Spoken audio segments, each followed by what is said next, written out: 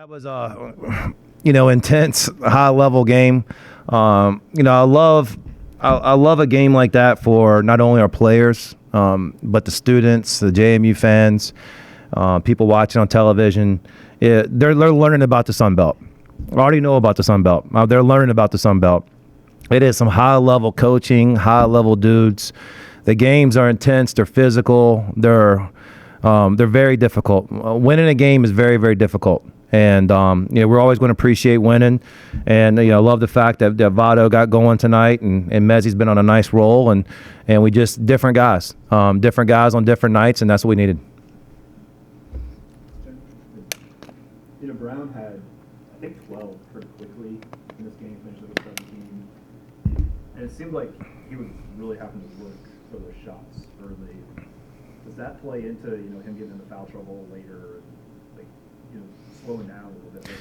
Well, I thought both teams were so bad on offense early, like nothing was happening quick. And I thought the final score might be 12-6 for a while.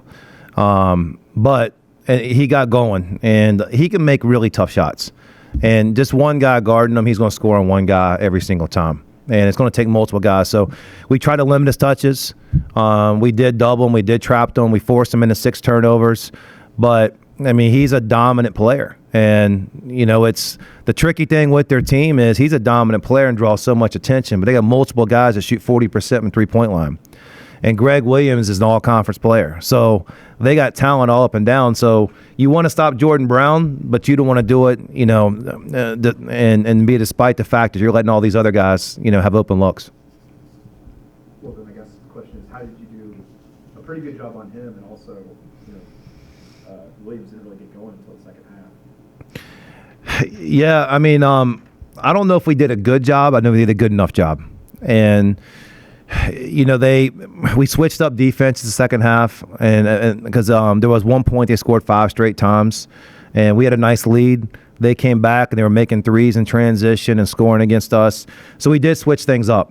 We tried to give them different looks, and we just kind of figured out a way to make enough plays. On the offensive end, Votto got one, and Talk's three-pointer was unbelievable. That thing rattled around the rim, and I think everybody had a chance to say a prayer.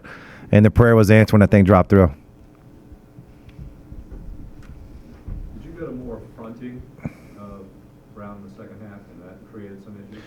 We were supposed to front both halves. And the first half, we did not do as good a job. And in the second half, I think we were sitting on top of him. They run good actions to kind of get him post-ups. So sometimes they're moving him around. He's not just hanging on the block. But the second half, it was the same, effort. We're supposed to be game plan in the first half. We probably did a little bit better. Coach, there was 8:19 remaining in the first half. You used a timeout at that point. There was a media timeout coming in the first half. Can you tell us why you took it at that point? Yeah, it was an under out of bounds play, and I thought it was a big possession. There was 2 things I wanted to do there. I wanted to change up something on our defense, and then I wanted to try to get a good look underneath out of bounds. And if I'm not mistaken, that's when Julian Wood made the 3. And so the 2 things worked in our favor that way.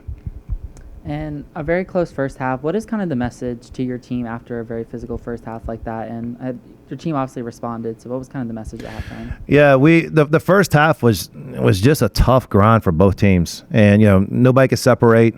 And I thought Votto's layup in the first half was big. I thought it gave us momentum. We carried that in the second half, and we did a great job executing our sets and to start the second half. We first 4 minutes or first minute and a half, and we were scoring at a high rate. Kept that going, and then they made their run. And we had to withstand that. And then late in games, what's been kind of just going right for you guys lately, winning 6 of 7, and a lot of these kind of having to close it out late in the final, 4 or 5 minutes. What's been going right for you guys down the stretch over the last few games? Yeah, it's a lot of situational basketball. And sometimes it's a defensive stop, sometimes it's the rebound, sometimes it's the making the free throws. And, we got some older guys, and you kind of go through growing pains throughout the year, and we went through some of them. We had some situational stuff happen to us in non-conference or early that I thought were learning moments, and I think it's paying off the fact that we didn't get down with the learning moments. We kept growing and learning throughout. So throughout the game, you guys were creating a lot of good shots off of pump fakes. I know Talk had one just to my memory, and a bunch of others have one. Do you guys stress pump fakes in practice or anything like that, ball fakes? Yeah, the guys get so tired of me saying that, and it's a Jay Wright thing. We sometimes we'll say shot fakes are free, and and just do them and being shot ready and all that. So it's not a fun fundamental skill, but it's very valuable, and we do stress it and teach it a lot. So in a grind of a game like this, where it was 9-9 deep into the first half, what does it mean that a veteran on the team like Votto steps up and leads the way in this win? Yeah, Votto was in a good rhythm. He scored the first points for us, and then I think he had another good two shots that just didn't go in. And what we did after that, we executed better, kind of some detail stuff. We started screening better. We started passing better. We took away some turnovers.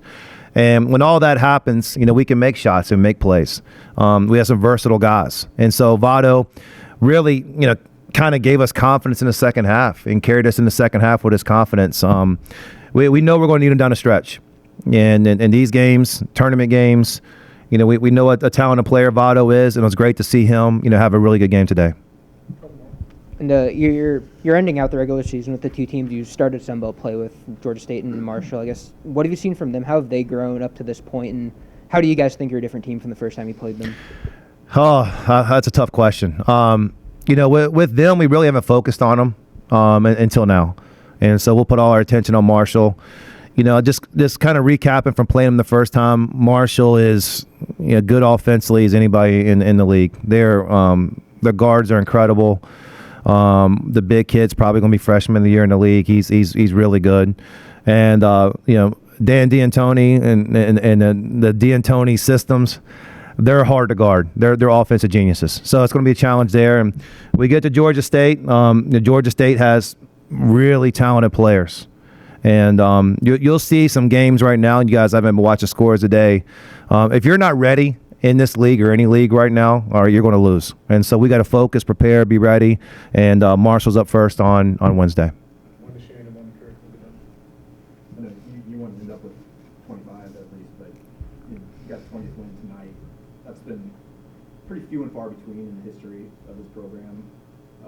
Does it mean anything to you? Do your guys kind of realize that they're in the midst of a really good season for this program?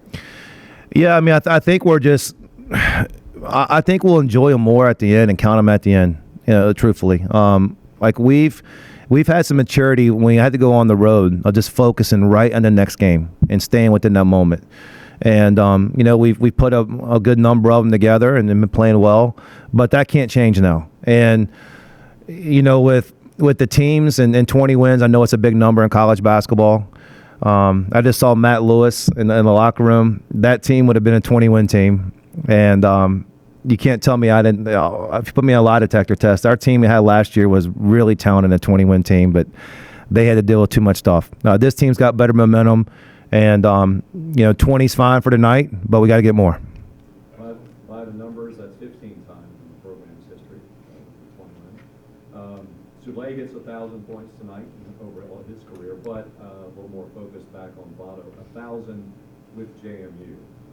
I didn't know that. Yeah, so what's he done for this program during his tenure? Well, so my first recruiting class here, that was, Votto and Terrence Edwards and Justin Amati and Terrell and those guys.